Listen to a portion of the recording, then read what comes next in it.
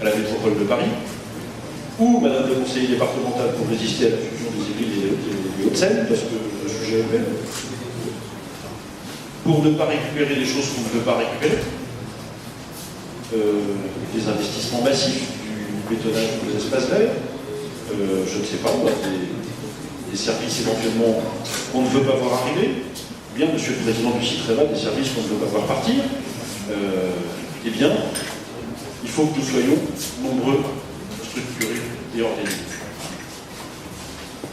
Pour le sud des Yvelines, demeurer ce que nous sommes et être le plus nombreux, le plus structuré et le plus organisé possible, ça voulait dire à l'évidence constituer un territoire communautaire à l'échelle du schéma de cohérence territoriale dans lequel nous sommes. Et après avoir accompli et voté, il y a 1 an et quelques, 15 mois exactement, le schéma de cohérence territoriale, un schéma de cohérence territoriale, c'est comme un PLU pour un territoire. Moi, c'est pas tout à fait ça, mais je vais le faire rapide. Donc après avoir pensé à 36 communes, l'aménagement du territoire sur les 15 années qui viennent, bien, l'étape d'après, c'est naturellement de conformer le territoire dans lequel nous sommes au territoire sur lequel nous avons pensé l'aménagement. Et l'année 2016, pour sa majeure partie, traitera comme sujet numéro 1 la question de savoir comment Rambouillet Territoire, qui est aujourd'hui composé de 25 communes, 57-58 000 habitants, retrouve les 2 territoires qui sont voisins, la communauté de communes des Étanges, celle de son président Yves Maury, qui est là, d'ailleurs je le retrouve, et le directeur général des services, M. Bouzard, qui est là, et la communauté d'Abbey-Porte-Yvelines, je salue les maires de la communauté d'Abbey-Porte-Yvelines, ici présents, je les remercie. Nous constituerons à terme un territoire de 36 communes et 80 000 habitants. À l'échelle de l'Île-de-France, je me permets de vous rappeler, l'Île-de-France, c'est 1200 communes, 12 millions d'habitants. Donc, comme dit l'autre, ça va quand même pas être facile de nous encercler. Mais nous arrivons au moins à ce seuil en dessous duquel des politiques de soutien à l'investissement sont inenvisageables. Le déploiement de nouveaux services de manière dense et d'une certaine manière tout seul est inenvisageable. L'engagement politique de long terme est inenvisageable. La capacité de changer la donne, ou à défaut de changer la donne, de s'asseoir à la table de ceux qui la changent, monsieur le sous-préfet. En dessous, c'est inenvisageable. Maintenant, notre responsabilité, elle est claire. Elle consiste à dire au fond, nous avons un projet de territoire, il est partagé, en ce moment même, dans des groupes de travail qui sont organisés avec nos 2 voisins pour préparer ce rapprochement. À nous de savoir comment ce projet de territoire maintenant doit irriguer l'ensemble des 36 communes, rendre service et se rapprocher des 80 000 habitants, et faire en sorte qu'à partir de là, bien, je suis désolé de dire ici au président du Conseil général des Hauts-de-Seine, il ne trouvera pas, dans la partie rurale des Yvelines, des espaces verts sur lesquels, ou l'espace sur lequel il est en train de lorgner sans doute, de manière quasi lubrique. Je vous dis ça très clairement parce que je lui ai exactement dit en ces termes. La première fois qu'il a caressé ce projet en ma présence, et je lui ai dit, si tu veux trouver ici l'espace que tu n'as pas chez toi, n'y pense même pas. Donc, mes amis, notre responsabilité, la première d'entre elles, est de préserver l'identité, les caractéristiques, la nature de ce territoire, c'est de nous organiser à la fois pour le défendre et pour le développer. Et il faut faire les 2 à la fois. Et en général, on fait soit l'un, soit l'autre, parce que c'est très difficile de faire les 2 en même temps. Pas de chance, il va falloir faire les 2 en même temps. Je n'ai pas choisi le calendrier, et vous non plus. Et donc, nous allons faire les 2 en même temps. Et comprenez bien que c'est plus facile de se défendre à 80 000 et 36 communes quand on parle tous ensemble, que de le faire de manière répartie et plus dispersée. Nos interlocuteurs habituels le savent, eux, parfaitement. Ils connaissent aussi la détermination du territoire dans lequel nous sommes à faire valoir ses intérêts, son identité et sa manière de faire. Monsieur le sous-préfet, je sais que nous avons maintenant, comme avec vos prédécesseurs, une certaine forme d'habitude de travail. Les circonstances doivent nous conduire à conserver ce qui fait notre marque de fabrique pour l'instant, y compris dans notre manière d'engager des choses comme dirait le président Larcher, qui excuse ce matin, qui ne peut pas être avec nous, ici dans le sud des Yvelines, on fait rien comme ailleurs. Tout à fait l'intention d'ailleurs que ça continue, parce que si on se mettait à faire comme les autres, nous deviendrions des autres. Et précisément, c'est ce que nous voulons voir. Alors la loi, l'État, monsieur le sous-préfet, par la voix du préfet des Yvelines, a prononcé ce rapprochement des trois communautés. Rambouillet Territoire l'envisage avec un très grand calme, avec aussi la conscience du fait que ce rapprochement des trois communautés de communes du sud des Yvelines, même s'il passe par des moments parfois un peu compliqués, nous donne des atouts formidables pour entrer dans la nouvelle configuration en Île-de-France.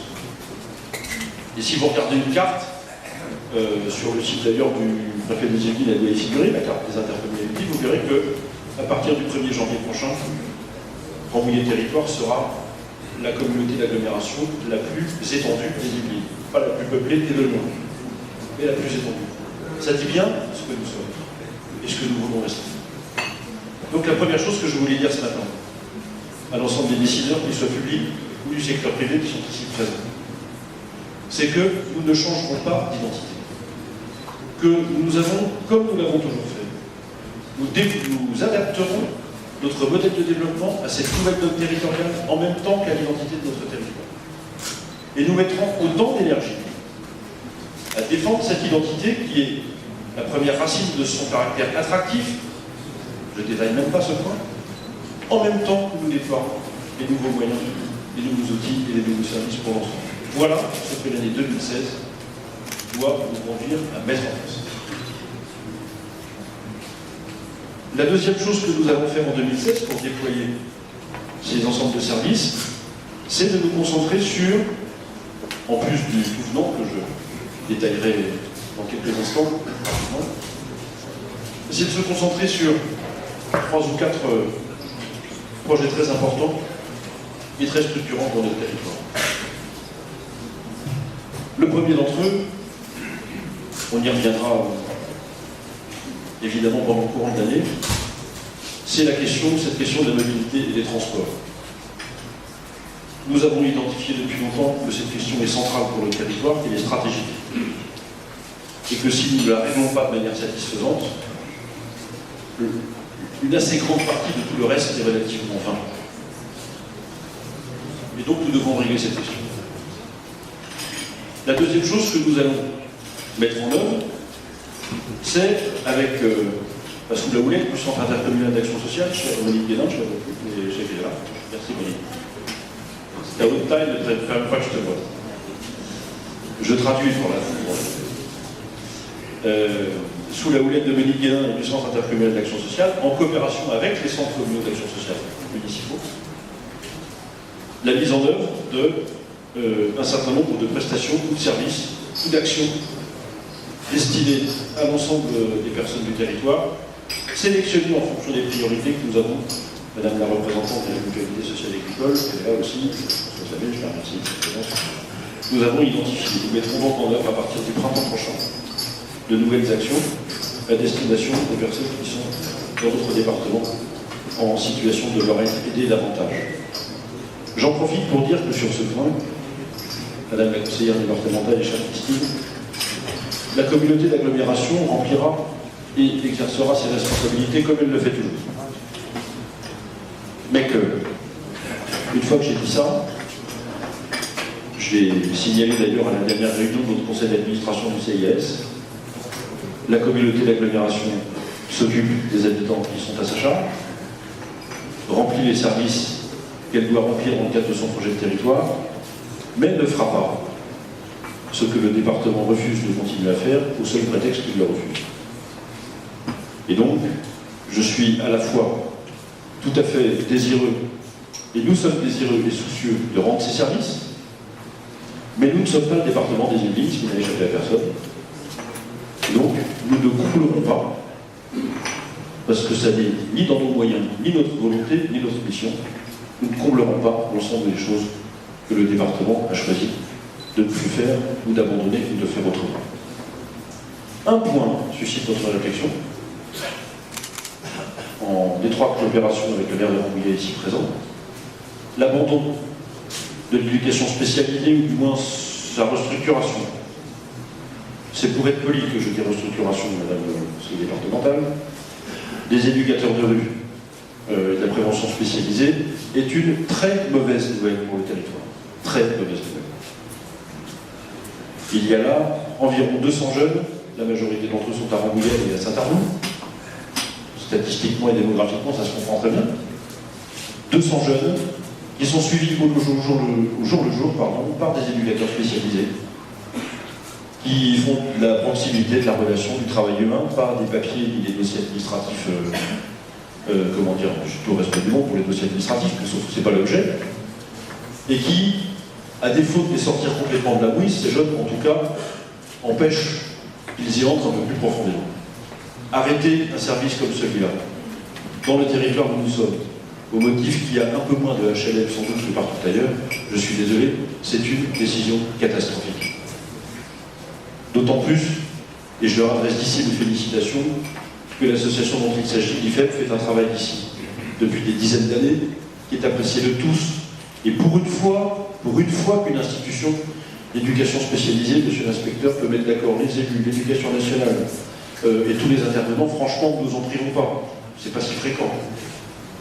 Et là, comme me souffle Gaël Barbotin à l'oreille, ça marchait sans doute trop bien, donc il fallait l'arrêter. Bon, c'est terrible. Alors, nous prendrons nos responsabilités sur ce point. Donc, je veux tranquilliser les maires qui sont ici, et qui sont soucieux comme nous d'un certain nombre de jeunes de leur commune. Nous veillerons à ce qu'effectivement les choses se remettent en place. Il faut que décision dans un cadre communautaire, mais voilà le genre de mécanique que je souhaite absolument que nous évitions, parce que nous ne pouvons pas boucher les rustines à répétition. Donc mobilité, action sociale, dans l'action vers les populations, les services aux populations, nous engagerons également cette année la deuxième phase de notre plan de micro-crèche, qui doit nous conduire à dupliquer ce qui est sans doute un des plus beaux résultats de la communauté d'agglomération. Depuis sa fondation, c'est l'implantation de 5 micro-crèches en zone rurale, l'arrivée de la 6e de Rambouillet, qui est déjà aventure communautaire depuis plus d'un an, et puis donc une micro-crèche à Rambouillet sur laquelle nous avons tranché dans quelques jours officiellement, et 2 autres en zone rurale, probablement qui verront le jour dans un délai maintenant le plus bref possible. Et nous inaugurons celle de Réseau, monsieur le maire de Réseau, au mois d'avril, je crois, c'est le 4, quelque chose comme ça, voilà. Donc vous voyez que nous avons un certain nombre d'opérations à mener, qui vont nous conduire à ce que, tout au long de l'année, nous soyons effectivement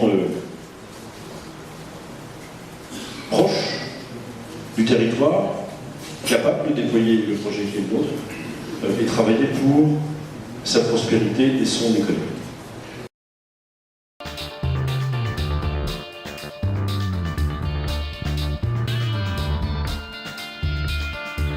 Et donc voilà, je termine très simplement en vous disant que, comme vous pouvez le voir, nous sommes au travail, monsieur le sous-préfet, déterminés à conduire le projet de territoire dans le respect de ce que nous sommes, avec le concours de tous ceux qui voudront y participer d'une manière ou d'une autre, et à cette condition, et je sais que ça se reproduira, nous passons une très bonne et très excellente année 2016. En tout cas, c'est ce que je vous souhaite. Merci beaucoup.